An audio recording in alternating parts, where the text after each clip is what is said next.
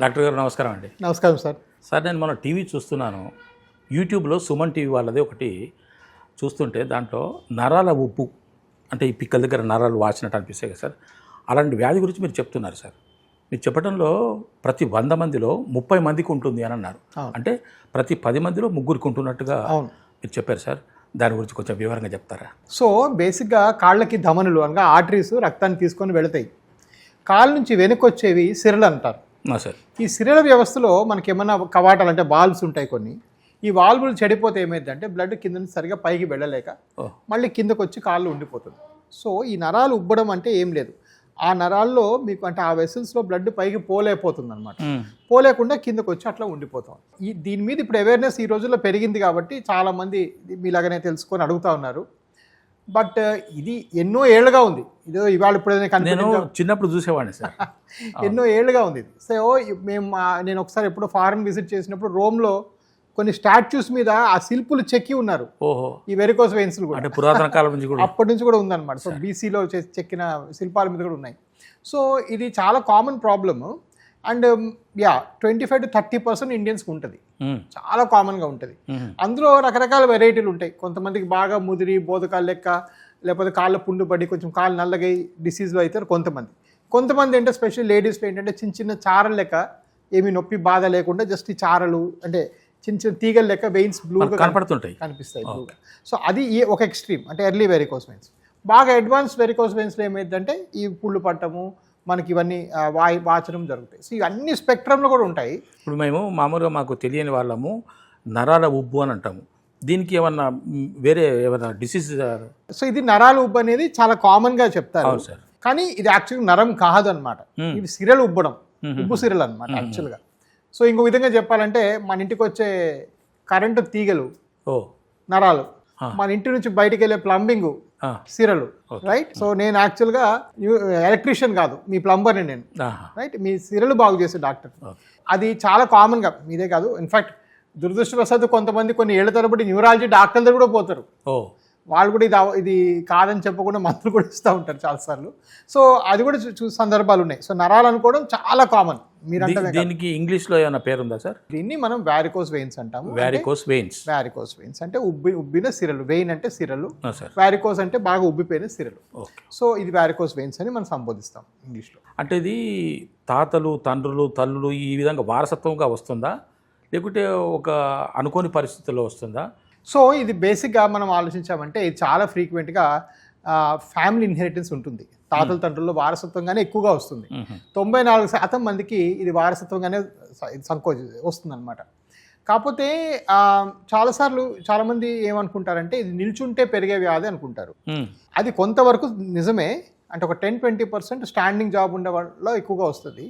But దానిలో 90% మాత్రం వారసత్వం వల్ల వచ్చేది. సో అందుకే ఈ వెరికోస్ వెయిన్స్ చాలా కామన్గా వస్తాయి. అండ్ ఈ బయటికి ఇలా తీగల లెక్క కొంతమందిలో కనిపిస్తాయి, కొంతమందిలో కనిపించవు. సో ఆ కనిపించే వాళ్ళనే వెరికోస్ వెయిన్స్ అంటాం కదా. కనబడిన వాళ్ళు కూడా కాళ్ళ నొప్పులు, బాధ, నొప్పి, వాచిపోవడం, నలుపు రావడం జరుగుతుంది. అందుకని ఇవన్నీ కలిపి ఇప్పుడు మోడర్న్ లాంగ్వేజ్లో అంటే మోడర్న్ మెడిసిన్లో వీటిని వీనస్ ఇన్సఫిషియన్సీ అని కూడా అంటాం మేము. సో వెరికోస్ వెయిన్స్ కన్నా ఇంకా మోర్ యాక్యురేట్ పదం ఏంటంటే ఇది కాళ్ళు అంటే ఆ వెయిన్స్ కనిపించకుండా కొంతమంది కాళ్ళు నల్లబడతాయి, కొంతమంది మన స్కిన్ రంగు కూడా చామంచాయి ఉంటుంది చాలా మందికి. అలాంటి వాళ్ళలో కూడా మనం ఈ వెయిన్స్ కనిపించవు బయటికి. కాబట్టి ఆ వెయిన్స్ ఫెయిల్యూర్ అయ్యి సరిగా పనిచేయక, రక్త సరఫరా వ్యవస్థ సరిగా పనిచేయకపోవడాన్ని ప్రైమరీ వీనస్ ఇన్సఫిషియన్సీ అని కూడా అంటామన్నమాట. సో ఇది చాలా కామన్ మనం అనుకున్నట్టుగా. అంటే ఇప్పుడు ఎక్కువగా నిలబడి పనిచేయటం వల్ల కానీ, లేకుంటే కొంచెం ఒబెసిటీ ఉన్న వాళ్ళకు కానీ ఇవి అలాంటి వాళ్ళకు వచ్చే అవకాశం ఉందా సార్? లేకపోతే దీనికి వేరే ఇంకేమన్నా కారణాలు ఏమన్నా ఉంటాయా? దీనికి మీరేం చెప్తారు డాక్టర్ గారు? రైట్ అండి. సో ఎక్కువ ఒబిసిటీ ఉన్న వాళ్ళలో బాగా అధికంగా చూస్తాం. ఓకే, ఎక్కువ నిల్చోవడం వల్ల కూడా ఎక్కువగా చూస్తాం. బట్ ఎక్కువ ఒబిసిటీలో ఏమవుతుందంటే మనం కాళ్ళ నుంచి రక్తం పైకి ప్రవహించేటప్పుడు ఈ పొట్ట భాగంలో వెయిట్ వల్ల నొక్కుబడతాయి ఈ వాల్వ్స్. నొక్కుబడడం వల్ల సరిగా బ్లడ్ సరిగా పైకి వెళ్ళలేక కిందకు వస్తుంది అనమాట. సో డెఫినెట్గా ఒబిస్ పేషెంట్స్లో మనం ఎక్కువ చూస్తాం. అండ్ ఇది చూసామంటే ఇది ఎక్కువగా క్రాంపింగ్ లాగా. వాళ్ళు ఎట్లా చెప్తారంటే రోజంతా నిల్చుకొని పని చేసి, సపోజ్ లేడీస్ ఉన్నారనుకోండి, వాళ్ళది వంట పని, ఇంటి పని అని చేసుకున్నాక సాయంకాలం అవుతున్న కొద్ది కాలు బాగా అలసిపోయినట్టు, కాలు ఏదో నవలేస్తున్నట్టు, పిక్కలు పట్టుకున్నట్టు క్రాంప్స్ అంటారు ఇంగ్లీష్లో. ద వర్డ్ మేము క్రాంప్స్ అంటాం. ఆ క్రాంప్స్ లాగా cramping sensation end of the డేలో అంటే దినం అయిపోయే టైంకి క్రాంప్ రావడం అనేది అత్యధికంగా వెరికోస్ వెయిన్స్ వల్ల వస్తాయి. చాలామంది పేషెంట్స్ ఎట్లా చెప్తారంటే కాళ్ళు రెస్ట్లెస్గా అనిపిస్తాయి పండుకున్నాక, 2-3 గంటలు నిద్ర పట్టవు సార్, కాళ్ళు ఓకే రెస్ట్లెస్. సో ఈ రెస్ట్లెస్ లెగ్ సిండ్రోమ్ అంటాం, అది కూడా అధికంగా వెరికోస్ వెయిన్స్ వల్లనే వస్తాయి. సో ఇదేంటంటే ఈ వెయిన్స్ కనిపిస్తాయా, కనిపించినంత మాత్రమే ప్రాబ్లం అనుకున్నాం తప్పు.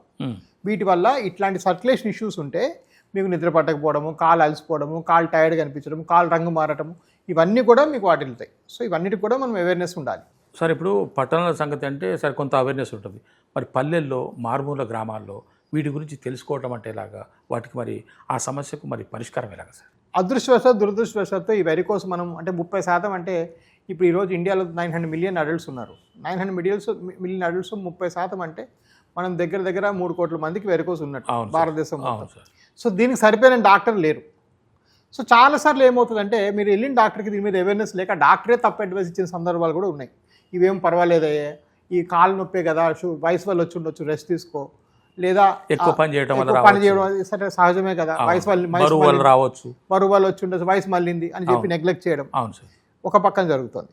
ఇంకో పక్కన డాక్టర్లు వాళ్ళకి చెప్పకపోతే వీళ్ళు కూడా మరి దాన్ని దిశ చేసుకొని లేట్ చేస్తున్నారు. అవేర్నెస్ పేషెంట్లో రావాలండి. ఇప్పుడు నాలాంటి వాళ్ళు నేను ఎంతమంది వచ్చినా కూడా ఇంతమంది సరిపోరు, 50 మంది డాక్టర్ ఒక హైదరాబాద్ వచ్చినా సరిపోరు. సో అవేర్నెస్ పేషెంట్ లెవెల్లో ఏమి ఉండాలంటే కాళ్ళలో ఎటువంటి అనివార్యమైన తెలియని సిమ్టమ్స్ ఉంటే కూడా, అంటే కాళ్ళు నొప్పులు, క్రాంప్స్, కాళ్ళలో కలర్ మారటము, ఈ మంటలు లాంటివి ఏమైనా ఉంటాయి, కాళ్ళలో మంటలు, చిన్న దెబ్బ తగిలితే మానకపోవడము, లేకపోతే కాళ్ళు తిమ్మిర్లు, అండ్ ఈ ఊరికే రక్తం కారిపోవడము చిన్న దెబ్బ తగిలితే, ఇవన్నీ కూడాను వారికోస్ లక్షణాలు. సో ఎక్కువ కాళ్ళ పుండ్లు పడ్డం అనేది షుగర్ అనుకుంటారు, దానికన్నా 10 రెట్లు ఎక్కువ వెరికోస్ వెయిన్స్ వల్ల పడుతుంది. సో ఇవన్నీ కూడా అవేర్నెస్ ఉంటే ఫస్ట్ ఏం చేయాలంటే వాళ్ళు ఇట్లాంటి ఏ సిమ్టమ్ మనం డిస్కస్ చేసిన ఏమున్నా కూడా ఒక వాస్కులర్ డాక్టర్ దగ్గరికి పోవాలి. అప్పుడు పోయినప్పుడు ఏం చేస్తారంటే ఒక అట్లీస్ట్ గుడ్ క్వాలిటీ డాక్టర్స్ వాళ్ళ స్కానింగ్ వాళ్ళే చేసుకుంటారు. ఎందుకంటే మళ్ళీ పేషెంట్ వచ్చినాక స్కానింగ్ ఇంకో దగ్గర పంపితే ఏమైందంటే ఫస్ట్ ఆఫ్ ఆల్ డబ్బులంతా వేస్ట్, రెండోది ఏంటంటే వాళ్ళ ఇన్ఫర్మేషన్ కరెక్ట్ ఉండదు, మళ్ళీ నిల్చోబెట్టి చేయాలి స్కానింగ్. సో మా వ్యవస్థలో ఏంటంటే ఈ స్కాన్ అన్ని ఫ్రీ, సెల్ఫ్ సాటిస్ఫాక్షన్ అంటే నేను డాక్టరే చూస్తాడు, నేనే చూస్తాను, నా మనిషి స్కానింగ్ చేస్తాడు, నేనే నోట్ చేస్తాను, అన్నీ అయిపోతుంది ఒక దగ్గరగా, మళ్ళీ తిరగడం కూడా ఉండదు. కరెక్ట్. సో ఆ అవేర్నెస్ అటువంటి హై క్వాలిటీ సెంటర్స్కి వెళ్తే అసలు ఫస్ట్ ఈ విషయం తెలుసుకుంటారు. తెలుసుకున్నాక నెక్స్ట్ స్టెప్ చేద్దామా లేదా అది వేరే నెక్స్ట్ స్టెప్స్ వేరే సంగతి. బట్ ఈ తెలియడంలో కూడా identification, basic level of awareness ఇక్కడ చాలా ఫెయిల్ అవుతున్నాం. ఇప్పటికి కూడా కొన్ని వేల మంది ఇది వస్తారు, తెలియదు వాళ్ళకి ఇది ఉందని. ఇవాళ కూడా నా దగ్గర ఒక పేషెంట్ వచ్చి చెప్పారు, నేను 18 ఏళ్ళుగా చర్మం డాక్టర్ దగ్గర పోతుండంట, అది చర్మం నల్లగైతుంది, అది యాక్చువల్గా వాస్కులర్ ప్రాబ్లం. అది అతను కూడా చెప్పలేకపోయాడు సార్. సో అక్కడ కూడా ఫాల్ట్ అయింది. సరే అతను తెలుగు చెప్పలేదా సార్, ఇంకా ఏ విషయం, అది వేరే సంగతి. సో ఇలాంటివి చాలా ఉంటాయి మనకి. సో అవన్నీ కూడా మనం తొందరగా అలాంటి వాస్కులర్ స్పెషలిస్ట్కి వెళితేనే మనం దాన్ని అవేర్నెస్ తేగలం. సార్ ఇంకో విషయం సార్, ఇప్పుడు మామూలుగా చర్మము నల్లబారితే తెలిసి తెలియక కొంతమంది ఆయిల్ రాయడము, లేకుంటే చర్మ వ్యాధి నిపుణుని దగ్గరికి వెళ్ళడము, ఇలాంటివి చేస్తుంటారు. మరి అటువంటిప్పుడు ఆ సమస్య ఎలాగా సార్? యాక్చువల్గా చాలా పొరపాటు అండి. యాక్చువల్గా ఈ వెరికోస్ వెయిన్స్ వచ్చినప్పుడు కలర్ మారటం అనేది, దానికి ఇంగ్లీష్ పదం ఏంటంటే స్టేసిస్ డెర్మటైటిస్, అంటే స్టాటిక్గా ఉండి రక్తం కదలకపోవడం వల్ల వచ్చిన స్కిన్ ప్రాబ్లం, లేదా స్టేసిస్ ఎగ్జిమా, అంటే మొద్దుబారడం లాంటిది. సో ఇవన్నీ కూడా ఏంటంటే ఈ స్కిన్ సమస్య అనేది వెరికోస్ వెయిన్స్కి, వాస్కులర్ సమస్యకి సెకండరీగా వచ్చింది. సో ఈ వెరికోస్ ట్రీట్ చేయకపోతే స్కిన్ బాగా కాదు.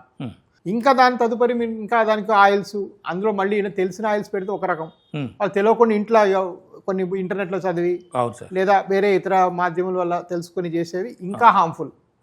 ఇంకా దానికి వర్స్ట్ ఏంటంటే కొంతమంది వేడి ఉప్పు పెట్టడము, ఇట్లాంటివి కూడా కాపటం, అవన్నిటి వల్ల ఇంకా చర్మం చెడిపోతుంది. సో ఇవన్నీ అసలు చేయకూడదు. ఇన్ఫాక్ట్ ఏమైనా చేయకుండా వదిలేసిన ఒక రకం, కానీ మనం ఇట్లా చేస్తున్న కొద్ది ఇంకా పెరుగుతాయి అన్నమాట. సో ఇక్కడ చాలా పొరపాట్లు జరుగుతున్నాయి. చాలామంది కొన్ని ఏళ్ల తరబడి, ఇందాక నేను చెప్పినట్టుగా కొన్ని ఏళ్ల తరబడి ఈ సమస్యను నెగ్లెక్ట్ చేసేసి స్కిన్ సమస్యగా భావించి వచ్చిన వాళ్ళ సంఖ్య చాలా ఉంటుంది మా దగ్గర.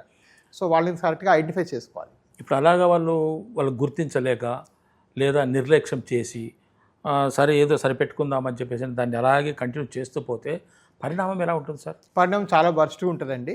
అది వదిలేస్తే మనం మెయిన్గా కాళ్ళ పుళ్ళు పడిపోతాయి. ఓకే, సో కాళ్ళ పుళ్ళకి షుగర్ కన్నా మోర్ కామన్ ఇది. అండ్ ఇది ఒకసారి పడినప్పుడు చాలా పెయిన్ఫుల్గా ఉంటుంది, అండ్ చాలా గిర్కు ఏమీ చేసుకోలేరు పేషెంట్స్. ఒకటి అది. రెండోది ఏంటంటే కొంతమందికి ఉబ్బిన నరాల్లో సమ్ టైమ్స్ రక్తం గడ్డ కడుతుంది, బ్లాక్ అవుతుంది. ఆ బ్లాక్స్ ఏమంటే పైకి మూవ్ అవుతాయి, లోపల వెయిన్స్ అలాగే అలాగా, కానీ హార్ట్గానే వెళ్ళాయి. కొన్నిసార్లు హార్ట్గానే మూవ్ అయితే అది చాలా డేంజరస్గా కూడా పరిణామంగా అవ్వచ్చు. సో ఇవన్నీ చాలా దుష్ప్రభావాలు ఉంటాయి. సో దాని మీద కొంచెం ఎర్లీగా యాక్షన్ తీసుకుని దాని మీద ఇలాంటి ప్రాబ్లం ఉంది, దీనికి వాస్కులర్ డాక్టర్లు, స్పెషలిస్టులు వాళ్ళు ఈజీగా తగ్గించగలుగుతారు అని అవేర్నెస్ రావడం చాలా అవసరం. ఇదేదో ఒక సమస్య లాగానే ఉన్నది అని చెప్పేసి దాని నివారణ కోసం మీ దగ్గరికి వస్తే మరి దానికి ట్రీట్మెంట్ ఎలా జరుగుతుంది, దాని యొక్క ఖర్చు వివరాలు, ట్రీట్మెంట్కి ఎంత టైం తీసుకుంటారు, అది బాగా అవడానికి ఎంత టైం పడుతుంది సార్? సో ఇది బేసిక్ ఏంటంటే ఒకసారి వెరికోస్ వెయిన్స్ ఉన్నాయని మనం గుర్తించిన తర్వాత ఏం చేస్తామంటే ఫస్ట్ దీనికి ట్రీట్మెంట్ చేయాలి. సో ఆ వెయిన్స్లో బ్లడ్ రాంగ్ ఫ్లో అవుతుంది. సో ఆ ఎక్స్ట్రా వెయిన్స్ని మనం మూత వేయాలి. ఈ మూత వేయడానికి 2 పద్ధతులు. ఒకటి, ఈ వెయిన్ ఇట్లుంటే బయట నుంచి కట్ చేసి తీయటం. అలా తీస్తే ఏమవుతుందంటే అక్కడ కుట్లు పడతాయి, దానికి స్టిచ్చింగ్ పడుతుంది, అండ్ అది తీయడానికి సరిపోయిన ఎన్ఎస్సిసి ఇవ్వాలి, మత్తు ఇవ్వాలి, లేకపోతే ఎన్ఎస్సిసి ఇవ్వాలి, స్పైన్ ఎన్ఎస్సిసి ఇవ్వాలి, ఇవన్నీ కూడా ఉంటాయి. ఇప్పుడు అలా చేయాల్సిన అవసరం లేకుండా ఆ వెయిన్లో ఒక సూది పెట్టి ఈ సూది మాధ్యమంలో లోపల వైర్లు పంపించి బాడీలోకి ఆ వెయిన్స్ని కరిగించేస్తాం. Super idea. సో ఎక్కడ కట్ చేయడం కానీ ఆపరేషన్ కానీ అసలు ఆపరేషన్ లెక్కలోకే రాదు. ఇన్ఫ్యాక్ట్ నేను అమెరికాలో చేసేటప్పుడు ఇవన్నీ ఓపీ ఉంటుంది కదా, ఓపీ సింప్లిఫైడ్ అయింది కదా సార్, డాక్టర్స్ ఓపీ రూమ్లో చేసేవాళ్ళం. ఓకే, ఇంకా ఇండియాలో కనీసం థియేటర్ తీసుకుపోతాం అంటే క్లెన్లీనెస్ కోసం. సో మేము చేసినప్పుడు అసలు ఓపీ ప్రొసీజరే. ఇన్ఫ్యాక్ట్ దీన్ని మేము నో టచ్ టెక్నిక్ అనేవాళ్ళం. నో టచ్ అంటే అసలు ఎక్కడ టచ్ లేకుండా అయిపోతుంది అంతే. సో ఈ కొత్తగా చేసే ఈ ఎండోవాస్కులర్ ప్రొసీజర్స్లో లేజర్ ఒకటి ఉంటుంది, అంటే చిన్న సూది పెట్టి అది కరిగించడం, లేదా గ్లూ అని అంటే లోపల సూది పెట్టి దాని లోపల బంకలు అని ఎక్కిస్తాం.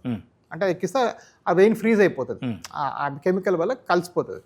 సో ఈ రెంట్లో ఒకటి చేసుకోవచ్చు. సర్వసాధారణంగా ఈ 2 ప్రొసీజర్లు కూడా 10 నుంచి 15 నిమిషాలు అయిపోతాయి. అంతేనా సార్? అంతే. అదైనా గంటకి ఇంటికి వెళ్ళిపోవచ్చు. ఎక్కడా కట్ చేయడము, కుట్లేయడము, మత్తీయడము, నైట్ ఉండాల్సిన అవసరం కానీ ఏమీ లేదు. ఇన్ఫ్యాక్ట్ మీకు ఇన్సూరెన్స్ ఉన్నా కూడా ఇన్సూరెన్స్ వాళ్ళు 24 అవర్స్ స్టే అని ఉంటుంది, కానీ మా ఏవిస్ హైదరాబాద్ వ్యవస్థలో మళ్ళీ 24 అవర్స్ ఉండాల్సిన అవసరం లేదు, సేమ్ డే డిశ్చార్జ్ చేసేస్తాం. సో ఇవన్నీ కూడా చాలా అడ్వాంటేజ్ ఉంటాయి. 2025లో ఎవరన్నా తెలిసి కానీ తెలియక ఆ పాత్రక సర్జరీ ఆపరేషన్ చేసుకోవడం అనేది చాలా తప్పు అవుతుంది అంతే. ఎందుకంటే ఎంత మంచి సర్జరీ చేసినా కూడా ఓపెన్ సర్జరీ మీకు కుట్లు పడక తప్పదు. మీరు అంటే మామూలుగా 10 రెట్లు కష్టం అనిపిస్తుంది. కుట్టు పడినప్పుడు రెస్ట్ అవసరం. 15 రోజులు లేచా క్వశ్చన్ ఉండదు మనం మీకు స్టిప్పింగ్ చేస్తే. వేరే మేము లేజర్ చేస్తే నెక్స్ట్ డే పొద్దున్న నుంచి మీరు జాబ్ కూడా వెళ్ళిపోవచ్చు. రైట్, రైతులు పొలం కూడా వెళ్ళిపోతున్నారు నెక్స్ట్ నుంచి. దీనికి ఖర్చు ఎంత అవుతుంది? రైట్. సో ఖర్చు విషయానికి వస్తే ఇక్కడ కొంచెం ఒక బ్యాలెన్స్ వ్యూ తీసుకోవడం అవసరం. సో ఇప్పుడు మనం ఇంటర్నెట్ చూసామంటే అన్ని రేట్లు రాస్తారు, 20,000 అంటారు, 15,000 అంటారు, ఇక రకరకాలు అంటారు. కానీ ఒక మంచి quality laser radio frequency machine తీసుకొచ్చామంటే దాని ఖర్చు 40,000 నుంచి 50,000 లోపల తగ్గదు, ఒక్క మిషన్ ఇవన్నీ కలిపి. సో ఏ డాక్టర్ ఫీజు, హాస్పిటల్ ఫీజు కలుపుకుంటే 60,000-70,000 తగ్గే అవకాశం లేదు. ఎవరైనా మీకు 30,000 చేస్తుంటే అది ఫ్రాడే అవుతుంది. ఎందుకంటే కొత్త మిషన్స్ రావు మీకు. అంటే ఒకళ్ళది ఇంకోటి వాడినప్పుడే అట్లా చేయగలుగుతాం, లేకపోతే ఒక ఫైబర్, ఒక లేజర్ ఫైబర్ ఖర్చు ఇంత అవుతుంది. సో డెఫినెట్గా కొంత ఎక్స్పెన్స్ ఉంటుందండి, నో డౌట్. బట్ మీరు సపోజ్ ఒక ఇన్ఎక్స్పీరియన్స్డ్ ఆపరేటర్ చేత 30,000 చేయించుకొని రెండోసారి, మూడోసారి, నాలుగోసారి సపోజ్ మీరు ఖమ్మంలో ఉంటారనుకోండి, ప్రతిసారి వ్యాన్ వేసుకొని మీరు ఫ్యామిలీ వేసుకొని 4 సార్లు వచ్చిపోదాం, ప్రతిసారి 10 నుంచి 12,000 మీకు ట్యాక్సీ ఖర్చు అవుతుంది. అంతే, రైట్. సో ఎవరు అది కూడా మనం లెక్కలోకి వేసుకోవాలి. సో ఈ డాక్టర్కి ఎక్స్పీరియన్స్ లేక ఈ ప్రొసీజర్ ఫెయిల్ అయితే ఈ వెనక తిరిగేదానికి ఎంత ఖర్చు అయితే కూడా మనం లెక్క పెట్టుకోవాలి. సో అందుకే అన్ని కాస్ట్ బెనిఫిట్తో కాకుండా కాస్ట్ అండ్ ఎఫర్ట్ బెనిఫిట్, అంటే ఎఫర్ట్ కూడా డబ్బులే కదా. నేను ఈ పని అనుకుని కూర్చుంటే నాకు ఎవరో పే చేయాలి కదా. అంతే సార్. సో ఆ ఎఫర్ట్ కూడా మనం ఒక సంఖ్య వేసుకుంటే యాక్చువల్గా మీకు నష్టపోతారు. ఇన్ఎక్స్పీరియన్స్ ఆపరేటర్ చేసినా, లేకపోతే ఎవరైనా వాడేసిన ఎక్విప్మెంట్తో చేసినా, లేకపోతే ఓపెన్ సర్జరీ చేసినా అది వినడానికి తక్కువగానే ఉంటుంది, కానీ మీకు దాన్ని వెనక్కి పెట్టే ఎఫర్ట్ వల్ల మీరు ఇంకా ఎక్కువ నష్టపోతారు. సో డెఫినెట్గా cost good care is expensive అండి, నేను కాదనేది లేదు. ఇది అన్నీ నేను చేసింది లేదు. ఇప్పుడు అది అమెరికా నుంచి ఇంపోర్ట్ అవుతుంది పీసు, వచ్చినప్పుడు కస్టమ్స్ డ్యూటీ 10%, జిఎస్టీ 15%, అందరూ ట్యాక్సెస్ అన్నీ పడతాయి. సో అదేం చీప్ అవ్వదు. At the same time at least సరిగ్గా చేసుకుంటే కనీసం మన కాలు బాగైతే రేపు పొద్దున సంపాదించుకుంటాం, అంతే, మన హెల్త్ బాగుంటే. సో అలా కాన్సెప్ట్ ప్రకారం వెళ్ళటం చాలా అవసరం. ఈ విధమైనటువంటి ట్రీట్మెంట్ తీసుకున్న తర్వాత మళ్ళీ తిరిగి వచ్చే అవకాశం ఏమైనా ఉంటుందా సార్? అది సో మనం ఇది చేసిన తర్వాత తిరిగి వచ్చే అవకాశం అనేది ఏంటంటే ఎప్పటికీ కొంత ఉంటుంది సార్. అది 1 to 2% ఉంటుంది కాకపోతే. సో మంచిగా కానీ మనం వ్యారికోస్ వెయిన్స్ చేసామంటే అరౌండ్ 1 to 2% మళ్ళీ అవకాశం ఉంటుంది. అది ఎందువల్ల అంటే కొంతవరకు మనం ఇందాక మనం మెయిన్ పాయింట్ డిస్కస్ చేసుకున్నాం, ఈ వ్యారికోస్ వెయిన్స్లో వారసత్వం ఉంటుంది అని. అంటే ఏంటి అంటే మన జెనెటిక్స్లోన, మన మేకప్లోన, మన జెనెటిక్ మేకప్లో ఏదో కొంత ఫాల్ట్ ఉంటేనే వెయిన్స్ వస్తాయి. సో డెఫినెట్గా ఒక డాక్టర్ ట్రీట్ చేసినాక ఆ ఫాల్ట్ ఆ జెనెటిక్లో ఉన్న మేకప్ అయితే మారలేదు కదా, సో దానివల్ల మళ్ళీ ఆ వెయిన్స్ వాటిల్లే అవకాశం కొంత ఉంది. మరి కొంత ఆఫ్ కోర్స్ మనం ఇందాక అనుకున్నట్టుగా టెక్నికల్, అంటే చేసిన డాక్టర్ ఎక్స్పీరియన్స్ ఉందా లేదా, ఆయన మంచి ఎక్విప్మెంట్ వాడుతున్నారా లేదా, ఇవన్నిటి బట్టి కూడా కొంత మళ్ళీ వెనకొచ్చే అవకాశం కూడా ఉంటుంది. రైట్, సరిగా మంచి ఎక్విప్మెంట్ వాడకుంటే మళ్ళీ వస్తుంది. సో ఇవన్నీ కూడా మనం ఫ్యాక్టర్స్ తీసుకోవాలి. ఇప్పుడు ఏవిస్ హాస్పిటల్లో మా వ్యవస్థలో ఎట్లా చేస్తామంటే, ఎవరికైనా మళ్ళీ వెయిన్స్ వచ్చాయంటే మేము వాళ్ళకి ఫ్రీగానే చేస్తాం. సో మళ్ళీ వాళ్ళకి ఛార్జ్ చేయం. లైఫ్ టైం మా దగ్గర గ్యారంటీ కాదు, బట్ లైఫ్ టైం మళ్ళీ వస్తే చూసుకునే ఒక వ్యవస్థ అయితే క్రియేట్ చేసుకున్నాం. ఎందుకంటే మళ్ళీ వాళ్ళకి ఇప్పుడు అప్పుడేం చెప్తాం, మళ్ళీ వచ్చినాక నీ జెనెటిక్స్ బాగాలేవే అంటే మనం ముందుకు చేసినవే అంటాడు ఆయన, అంతే కదా. సో అది నేను పెద్దగా వరి అవ్వను. అంటే అది more of a theoretical discussion. మనం ఒక ఇద్దరు మనుషులు మాట్లాడుకుంటూ ఇట్లా ఉండే అవకాశం ఉంది మన నాలెడ్జ్ కోసం అనుకోవడం ఒకటి. ఇప్పుడు వచ్చిన వాళ్ళకి మాత్రం మనం కాదనడం కూడా కరెక్ట్ కాదు అదే సిస్టంలో. సో డెఫినెట్గా మనం అట్లా చేసి వాళ్ళకి తగ్గించగలుగుతాం. అండ్ అలా చేసుకుంటే ఏంటంటే వాళ్ళకి ఒక కాన్ఫిడెన్స్, ఇది ఒక ప్రాబ్లం ఉంది, మా ఊర్లో మా డాక్టర్ ఎవరో చెప్పలేదు, మనం ఏదో ఈ డాక్టర్ నమ్ముకొని హైదరాబాద్ దాకా వెళ్ళిన వాళ్ళకి ఏంటంటే ఏదో చూసుకున్నారు, మళ్ళీ వెనక్కి వస్తారని చూసుకున్నారు. సో వెనక్కి వస్తే ఎవరైతే చేసిన 4-5 ఉన్నారో వాళ్ళందరూ నా గురించి ఇంకా గొప్పగా చెప్పుకోవడం జరిగింది. ఎందుకంటే డాక్టర్ అన్ని మన గుడ్ డే బ్యాడ్ డే కూడా చూసుకుంటారు ఉద్దేశం. సో ఇలా చేసామన్నమాట. సో బట్ కొంత ఛాన్స్ అయితే ఉంది. ఇప్పుడు ఈ ఫీజులు మీరు ఏదైతే అన్నారో సార్, మరి ఈ పేదల గురించి, కొంచెం డబ్బులు ఖర్చు పెట్టుకోలేని వాడి గురించి మరి మీరు ఏమైనా వాళ్ళకి? సో మా దగ్గర అన్ని వ్యవస్థలు ఉన్నాయండి. ఆఫ్ కోర్స్ ఒక సైడ్ ఏమో ఇన్సూరెన్స్లు అయితే అన్నీ ఉన్నాయి మనం డిస్కస్ చేసుకున్నట్టుగా. బట్ ఈ ఆరోగ్యశ్రీ వ్యవస్థలో లేకపోతే ప్రధానమంత్రి ఆయుష్మాన్ భారత్ వ్యవస్థలో ఏంటంటే ఇంకా ఆ కటింగ్ ఆపరేషనే ఉన్నది, ఈ లేజర్ పెట్టేది ఇంకా రాలే. ఓకే. కొన్ని హాస్పిటల్స్ ఏం చేస్తున్నారంటే కటింగ్ ఆపరేషన్కి గవర్నమెంట్ దగ్గర పైసలు తీసుకొని ఇళ్ళ చేత లేజర్ కొనిపిస్తున్నారు. అది ఇల్లీగల్ అవుతుంది, అది చేయకూడదు అట్లా. రైట్, కటింగ్ అంటే మీరు కటింగే చేయాలి, లేజర్ అంటే లేజరే చేయాలి. అండ్ గవర్నమెంట్ వ్యవస్థలో అది లేదు ఇప్పటికీ. సో వారందరికీ ఏం చెప్తామంటే మీరు రండి, మేము సీఎం రిలీఫ్ ఫండ్ ద్వారా మీకు ఎట్లా ప్రయత్నం చేద్దాం, లేకపోతే మినిస్టర్ రిలీఫ్ ఫండ్స్ చాలా ఉన్నాయి, ప్రధానమంత్రి రిలీఫ్ ఫండ్, ఉభయ రాష్ట్రాలు కూడా మనకు మంచి పేరు ఉన్నది కాబట్టి మనం ఒక కొటేషన్ ఇక్కడ నుంచి ఏవిస్ హాస్పిటల్ చేస్తామంటే. కొన్ని సీఎం రిలీఫ్ ఫండ్లలో డౌట్ ఏమొచ్చిందంటే ఈ కార్పొరేట్ హాస్పిటల్ ఏదో నోటికి వచ్చిన బిల్ వేసి నా దగ్గర పంపిస్తున్నారు అని చెప్పి వాళ్ళు కొంచెం ఆపడం జరిగింది. ఇప్పుడు మాకు అట్లా ప్రాబ్లం లేదు, మేమంటే కొంచెం వీళ్ళు చాలా నమ్మకము. సో మనకు లెటర్ హెడ్ మీద నుంచి ఒక ఎస్టిమేట్ వెళ్ళిందంటే పాపం అందరు మినిస్టర్స్ అందరూ కూడా చాలా రెస్పెక్ట్ ఇచ్చి వెంటనే పాస్ చేస్తారు ఆ బిల్స్ అని కూడా. సో అవన్నీ ఏంటంటే క్రియేట్ చేస్తాం. బట్ డెఫినెట్గా ఈ ఒక ఫాల్ బ్యాక్ మెకానిజం అనేది ఇండియాలో జనరల్గానే తక్కువ. బీదోడు ఏం చేసుకుంటాడు పాపం అంటే ఇక గవర్నమెంట్ హాస్పిటల్ పోవాలి. ఇప్పుడు మీరు గవర్నమెంట్ హాస్పిటల్ పోతే దురదృష్టవశాత్తు ఈనాటికి కూడా నా దగ్గర ఉన్న హాఫ్ మిషన్స్ కూడా లేవు. మీరు 3 గవర్నమెంట్ దవాఖానాలు కూర్చుకుంటే హైదరాబాద్లో అయితే ఫర్ ఎగ్జాంపుల్. సో అవి లేవు. ఇక మరి మనం లేనప్పుడు ఎక్విప్మెంట్ లేకుండా చేసేది కాదు సార్. ఇప్పుడు ఇది ఏ వయసు వాళ్ళకి వచ్చే అవకాశం ఉన్నది సార్? దీనికి నిర్దిష్టంగా ఫలానా వయసు వాళ్ళకి, లేకుంటే ఫలానా కేటగిరీ వాళ్ళకి, ఫలానా శ్రమ పడే వాళ్ళకో, లేకుంటే కూర్చునే వాళ్ళకో, ఇటువంటి వాళ్ళకనేది ఏమన్నా పర్టికులర్గా ఉంటుందా సార్? లేకుంటే ఎవరికైనా వారసత్వం కాబట్టి ఎవరికైనా ఎప్పుడైనా ఎలాగైనా రావచ్చా? డెఫినెట్గా ఎన్ని వయసుల వాళ్ళకి వస్తుందండి, ఒక వయసు అనేది ఏం లేదు. నేను ఆడమగ తేడా లేదు. ఆడమగ యాక్చువల్గా ఆడవాళ్ళకి కాస్త ఎక్కువ, 60% విమెన్, 40% మెన్. ఓకే. సో 1 లేదా 2 ప్రెగ్నెన్సీస్ తర్వాత ఆడవాళ్ళలో మ్యాక్సిమం వస్తుంది. Okay. 60% people are women between 30 to 60 years age. But నా యంగెస్ట్ పేషెంట్ 14 years, నా ఓల్డెస్ట్ పేషెంట్ 96 years. అన్ని ఏజ్ గ్రూప్స్ వాళ్ళకి 96 years ఫ్యాంటాస్టిక్గా నడుచుకున్నాడు నెక్స్ట్ డే కూడా.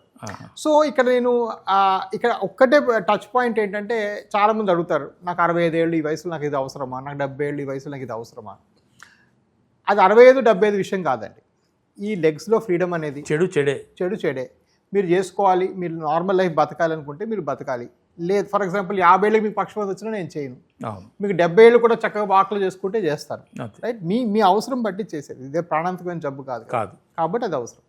ఇప్పుడు మామూలుగా సూపర్ స్పెషాలిటీస్ హాస్పిటల్స్ అని ఉంటాయి కదా సార్. ఇప్పుడు మరి అటువంటి పెద్ద పెద్ద హాస్పిటల్స్లో కూడా ఇప్పుడు మీరు చెప్పినటువంటి ఆధునికమైనటువంటి ఈ టెక్నాలజీ వచ్చిందా? దానికి సంబంధించిన డాక్టర్లు ఉన్నారా? అటువంటి వాటికి ట్రీట్మెంట్ చేసిన పేషెంట్ ఇప్పుడు ఏ పరిస్థితిలో ఉన్నారు మీకు ఏమైనా తెలుసా సార్? సో ఈ సూపర్ స్పెషాలిటీ హాస్పిటల్స్ అన్నింటిలో ఉందండి. నిజం చెప్పాలంటే అన్ని హాస్పిటల్స్ కూడా వాస్కులర్ సర్జరీ, వాస్కులర్ ఇంటర్వెన్షన్ డిపార్ట్మెంట్లు ఉన్నాయి. ఎక్విప్మెంట్ ఆఫ్ కోర్స్ నేను ఫస్ట్ తీసుకురావాల్సి వచ్చింది. నేను 2014లో స్టార్ట్ చేసింటే ఎక్కడ లేకుండే, నేనే ఫస్ట్ పెట్లలో అమెరికాని తీసుకొచ్చిన. ఇప్పుడైతే వచ్చేసింది, అది కూడా తప్పుగా అనుకోవడానికి లేదు. కానీ ఇక్కడ మెయిన్ గమనించాల్సిన విషయం ఏంటంటే ఈ సూపర్ స్పెషాలిటీ హాస్పిటల్స్ వేరే రకంగా పనిచేస్తాయి. మీరు హాస్పిటల్కి వెళ్తారు, మీకు ఒక అడ్మిషన్ ఉంటుంది, ఒక రూమ్ ఉంటుంది, కింద పార్కింగ్ ఉంటుంది, పార్కింగ్ 50 రూపాయలు కట్టాలా, కాఫీ తాగాలి 400 రూపాయలు. సో ఒక ప్రాసెస్ ఉంటుంది. ఈ ప్రాసెస్లో ఎవరికి కూడా మీకు తొందరగా ఇంటికి పంపించే కంగారు లేదు, మీకు ఒక ప్యాకేజ్ అంటూ ఉండదు, రైట్? మీకు ఇది వేరు అది వేరు అని ఉంటుంది. మేము ఎగ్జాక్ట్ ఆపోజిట్. నేను మొదటి నుంచి కూడా నాకు ఎందుకో చాలా మంది మిడిల్ క్లాస్ వాళ్ళు, లోవర్ మిడిల్ క్లాస్ వాళ్ళు రావడం వల్ల నేను ఎట్లా డెవలప్ చేస్తానంటే సిస్టమ్ని, మీరు ఒకటే అమౌంట్ కడతారు, ఇందులో మీ doctor fees, OP fees, IP fees ఏం లేదు, అన్ని కవర్డ్. సో మీరు తొందరగా ఇంటికి వెళ్ళిపోతారు. So first of all even though ఆమె సబ్ స్పెషాలిటీ అనుకోవచ్చు, బట్ అయినా కూడా ఆ ప్రైస్ ట్రాన్స్పరెంటీ మీకు క్రియేట్ చేశాను. 99% మీకు సూపర్ స్పెషాలిటీ హాస్పిటల్లో ప్రైస్ ట్రాన్స్పరెంట్ ఉండదు. ఈ రోజుకి నాకు 25,000కి మించి పేషెంట్లు చేశాను. ఒకళ్ళు కూడా డిశ్చార్జ్ అప్పుడు అదేం డాక్టర్ సార్ ఇట్లానే అట్లా చేసినావు అని ఒక్కడ అన్న అనుభవం లేదు, ఇన్సూరెన్స్ కానీ క్యాష్ కానీ. సో అదొక డిఫరెన్స్ ఉంటుందండి. రెండోది ఆ ఎక్విప్మెంట్ అంతా ఉన్నా కూడా ఇంత ర్యాపిడ్ టర్న్ అరౌండ్ ఉండదు ఎవరికి. నేను నెలకి 400 చేస్తాను. నా నియరెస్ట్ సూపర్ స్పెషాలిటీ హాస్పిటల్ 30 చేస్తాడు, 15 చేస్తాడు. నా నెక్స్ట్ వాడు 15 చేస్తాడు భారతదేశంలో ఎక్కడైనా. సో ఇది చేసినప్పుడు ఏమవుతుందంటే, సపోజ్ బ్రెజిల్లో బ్రాండ్ న్యూ మిషన్ వచ్చింది అనుకోండి, నేను తక్కువని రేపు పొద్దున్న ఫ్లైట్ బుక్ చేసుకొని పోయి అడుగుకొని రేపు పొద్దున ఆర్డర్ ఇచ్చి పట్టుకొచ్చేస్తాను. సో ఈ వాస్కులర్ సర్జరీలో ఎన్ని ఎక్విప్మెంట్ ఉన్నాయో అంతా నీకు వాళ్ళు రేపు మారితే రేపు, ఎల్లుండి మారితే ఎల్లుండి, రోజు కొత్తగా కొంటుంటా. ఎందుకంటే నాకు అది ఒక్కటే ఫీల్డ్ కావాలి.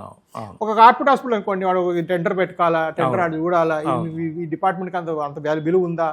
సో మిషన్ ఇండియాలో సేల్కి ఉన్నాయి, ఇప్పుడు అవి అప్డేట్ అవుతున్నారు అనేది మనం అనుకోలేము మా అంత ఫాస్ట్గా ఎవరు కూడా. చాలా గొప్ప విషయం సార్.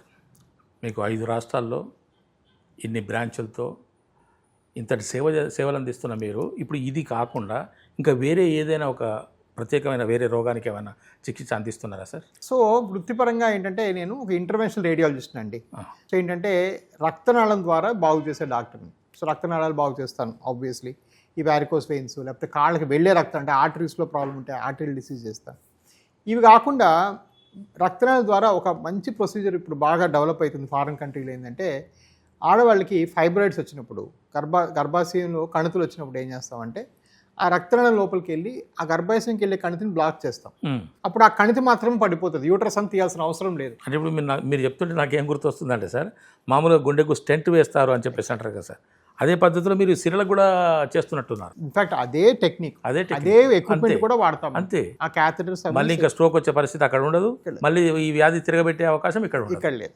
సో ఈ ఫైబ్రాయిడ్స్ ఆటోమేటిక్గా పడిపోతాయి. అవును సార్. అదే విధంగా మోకాలు అరిగిన వాళ్ళకి ఆ మోకాలుకి వెళ్ళే రక్తనాళం లోపలికి వెళ్ళి ఒక మంది ఎక్కిస్తే మోకాలు పెయిన్ బాగా తగ్గిపోతుంది. ఇప్పుడు నేనున్నాను, నాకు మోకాలు నొప్పులు ఉన్నాయి. బ్రహ్మాండ తగ్గించు. ఇప్పుడు నేను కూడా మీ పేషెంట్నే. బ్రహ్మాండ తగ్గించవచ్చు. సో అది కూడా జెనిక్యులర్ ఆర్టరీ ఎంబులేషన్ అంటారు, అది కూడా చాలా చేస్తున్నాం. సో ఇవన్నీ ఏంటంటే మనం మెయిన్ ఇక్కడ కావాల్సింది ఏంటంటే ఆ పేషెంట్లకి నా ద్వారా చెప్పదలుచుకుంది అంటే మీరు క్విక్ రికవరీకి ఆశిస్తున్నారా లేదా. క్విక్ రికవరీకి ఆశిస్తే ఇట్లాంటి కొత్త ప్రొసీజర్ చాలా అద్భుతమైన వచ్చాయి, అప్పుడు చేసుకుంటే తగ్గిపోతుంది. కొంతమంది పేషెంట్స్ మైండ్లో ఎట్లా ఉంటుందంటే, మా బామ్మగారు మా తెలిసిన వాళ్ళు చెప్పారు కదా అక్కడే ఫాలో అవుతామంటే అది కూడా తప్పులేదు, వాళ్ళ ఇష్టం. బట్ ఏంటంటే ఆ క్విక్ రికవరీ పాసిబుల్ కాదు. ఫర్ ఎగ్జాంపుల్ గర్భాశయం కణితులు అనేది అది బినైన్ కండిషన్, అది క్యాన్సర్గా మారే అవకాశం లేదు. ఏదో మాట వరకు చెప్తారు, ఆ తెలిసిన వాళ్ళు క్యాన్సర్ వచ్చింది కదా నువ్వు గర్భాశయం తీసేసుకో అంటారు. అది కరెక్ట్ కాదు, నీకేముందని చెప్పాలి. అంతేగాని తెలిసిన వాళ్ళు మరి ఏ అవయవం తీసేస్తాం, క్యాన్సర్ వస్తుంది అంతే కదా. సో అలా అనుకోని కూడా తీసేసుకుంటే వాళ్ళు అది తప్పు అవుతుంది నా ఉద్దేశంలో. సో దాన్ని ఈజీగా మనం ఆ ఫైబ్రాయిడ్ని మాత్రమే కరిగించవచ్చు. ఇలాగ బ్యూటిఫుల్ మోడర్న్ ప్రొసెస్ వచ్చాయి. నేను అమెరికాలో 14 ఏళ్ళు చదువుకొని వచ్చాను. చాలా సంతోషం sir. So obviously major process అన్ని చేస్తాను, మోడర్న్ ప్రొసెస్ అన్ని కూడా. మీకు ఇప్పటికే చాలా మీకు అవార్డులు వచ్చినాయని చెప్పేసి అని విన్నాను సార్, చాలా సంతోషము. అవార్డు తీసుకోవడం అని అంటే అది ఒక గుర్తింపు, అటువంటి గుర్తింపు ఎన్నో సందర్భాల్లో ఎన్నో చోట్ల తీసుకున్నారు అన్నట్టుగా నేను విన్నాను, నాకు చాలా సంతోషం అనిపించింది సార్. ఇప్పుడు ఇక ముందు మీ భవిష్యత్తులో మీ ప్రణాళికలు ఏమిటి, ఇంకా మీరు ఏం సాధించాలనుకుంటున్నారు, మీకేమైనా ఒక కళ ఉందా? కళ అంటే వేరే ఏం లేదు సార్, నేను ఎప్పుడు ఇదే డ్రీమ్, ఐ మీన్ డ్రీమ్ కళ. అంటే ఈ పేషెంట్లకి ఇప్పుడు ఇంతమంది పేషెంట్లు, మీరు 96 సంవత్సరాల వయసున్న పెద్ద ఆయన్ని, 14 సంవత్సరాల వయసున్న బాలుని మీరు ఒకే రకమైన ట్రీట్ చేసి ఇద్దరిని ఒకలాగా చేసినట్టుగా ఇది చాలా గొప్ప విషయం. ఇటువంటి దాంట్లో ఇంకా మీరు పరిణతి చెంది ముందు మీరు ఫలానది చేయాలి అనేటువంటి ఒక డ్రీమ్, వైద్యశాస్త్రంలో మీకంటూ ఒక పేజీ రాసుకోవాలనో, మీ పేరు చిరస్థాయిగా ఉండాలనో అనుకునే అవకాశము అటువంటి ఆలోచన మీకు ఏమైనా ఉంది? డెఫినెట్గా అండి, చాలా మంచి ప్రశ్న అడిగారు. నాకు చాలా ప్యాషనెట్ ఈ వెయిన్ కేర్ అనేది. సో అగైన్ మనం అనుకున్నట్టుగా ఇన్ని కోట్ల మంది ఉన్నప్పుడు మనం ఇందులో 2%ని ట్రీట్ చేసినా కూడా మనం భారతదేశంలోనే అత్యధిక వెరికోస్ చేసిన డాక్టర్గా ఇప్పుడు మీరు అన్నారు 3 కోట్ల మంది అని, అది ఒక రాష్ట్ర జనాభాకి సమానం. సమానం. సార్ అంతమందికి జస్ట్ ఈ ప్రాబ్లం ఒక్కటే ఉన్నది. సో మనం అందుకని దేశవ్యాప్తంగా పెడుతున్నాను. దానికి సరిపోయినట్టుగా ఫారిన్ ఇన్వెస్టర్స్ అన్నీ కూడా వస్తున్నారు, డిస్కస్ చేస్తున్నారు. మనతో ఇప్పుడు కరెంట్లీ చాలామంది వేరే అంటే హెల్త్ కేర్ సంస్థలు ఒక విధంగా గవర్నమెంట్ కూడా అడుగుతుంది, మీరు ఏ విధంగా మాకు ఏమైనా హెల్ప్ చేయగలుగుతారా అని గ్రోత్లో. సో ఒక విధంగా ఒక పక్కన జరుగుతుంది. ఇంతకుముందు చాలా అవార్డ్స్ వచ్చాయి సార్. స్టేట్ లెవెల్లో 2-3 వచ్చాయి, ఆల్మోస్ట్ స్టేట్ లెవెల్ 8 దాకా వచ్చాయి. నేషనల్ లెవెల్లో మాత్రం 2 వచ్చాయి. బెస్ట్ వెయిన్ కేర్ అవార్డ్ అనేది అది నాకు చాలా గర్వంగా అనిపిస్తుంది. రేర్ కూడా కదా సార్. అది విచిత్రం ఏంటంటే అది ఇచ్చిన చీఫ్ గెస్ట్ గారు పక్కకు వస్తావా బాబు అని పిలిచారు. ఏమండి అంటే మా మదర్ కూడా ఉంది, నువ్వు రేపు బాంబే వచ్చి చేసి పెడతావా అన్నారు. సో నేను ఢిల్లీ నుంచి బాంబే వెళ్ళి నెక్స్ట్ డే మార్నింగ్ చేసేసి అక్కడి నుంచి బయలుదేరా. సో చాలా common. And of course end point ఏంటంటే నేను అమెరికా వదిలేసి వచ్చింది నాకంటూ ఒక ఇండియాలో ఒక పేరు, నాకంటూ ఒక పద్మశ్రీ. చాలా సంతోషం. దేవుడికి మన దేశం మన ప్రజలు. నా కళ ఏంటంటే ఒక ప్రెసిడెంట్ దగ్గర నుంచి వచ్చి ఒక అవార్డు తీసుకుని ఒక పద్మశ్రీ తెచ్చుకోవాలి. నాకు తప్పకుండా సాధిస్తారు సార్ మీరు. ఎందుకంటే చాలా తక్కువ ఖర్చుతోని ఇప్పుడు 50-60 వేలు అంటే పెద్ద ఖర్చేం కాదు సార్ నా దృష్టిలో. ఎందుకంటే ప్రతి వాళ్ళు కూడా, ఎందుకంటే ఆరోగ్యమే మహాభాగ్యం. అలాంటి ఆరోగ్యాన్ని కాపాడుకోవడం కోసం 50-60 వేల రూపాయలు ఖర్చు పెట్టుకోవడం పెద్ద విషయమేం కాదు. పైగా అది ఒక సమస్యను మనము మన శరీరంలోంచి తొలగించుకుంటున్నాం. మళ్ళీ మీరు ఇంకా ముందుకు వచ్చి మీరు రాష్ట్రపతిని అవార్డు తీసుకునేటువంటి కృషి చేయడానికి మీరు ఏదైతే అనుకుంటున్నారో అది సఫలీకృతం కావాలి సార్. చాలామంది పేషెంట్లు ఆశీస్సులు కూడా మీకు ఉంటాయి. వైద్యో నారాయణో హరి అంటారు సార్. మరి ఏ వ్యాధికి ఆ వ్యాధే ప్రత్యేకమైంది. ఇటువంటి వ్యాధికి మీరు ఇటువంటి నివారణ మార్గాలు ఎన్నుకున్నారు. మొట్టమొదటిసారి ఇండియాకి ఒక మిషన్ తీసుకొచ్చింది మీరే. మరి 5 రాష్ట్రాల్లో ఇన్ని బ్రాంచ్లు ఓపెన్ చేసేసి అంతమంది చేత పర్యవేక్షింపజేసుకుంటూ ఎంతోమంది రోగులకు మీరు మంచి ఆరోగ్యాన్ని ప్రసాదిస్తున్నారు. చాలా సంతోషం సార్ మిమ్మల్ని వినటం, మిమ్మల్ని కలవటం. ఇంకా మీరు ఏమైనా చెప్పదలుచుకుంటే చెప్పండి sir. Thank you so much అండి. మీరందరూ మీ అభిమానం నాకు చాలా ఇష్టం, నాకు చాలా అవసరం అది. బట్ మోస్ట్ ఇంపార్టెంట్ ఏంటంటే ఈ గ్రోత్ ఈ మాధ్యమం ద్వారా నేను ఎన్ని రూరల్ క్యాంపులు చేసినా, ఎంతమంది ఏజెంట్లు పెట్టినా కూడా ఈ విషయం ఇంతమందికి చేరుకోదు. ఇలాంటి మాధ్యమం ద్వారా చేరుకుంటుంది. చేరుకుంటుంది. సో మీరు కూడా మీకు తెలిసిన వాళ్ళందరికీ చెప్పండి. తప్పకుండా సార్, తప్పకుండా. Thank you. నమస్కారం.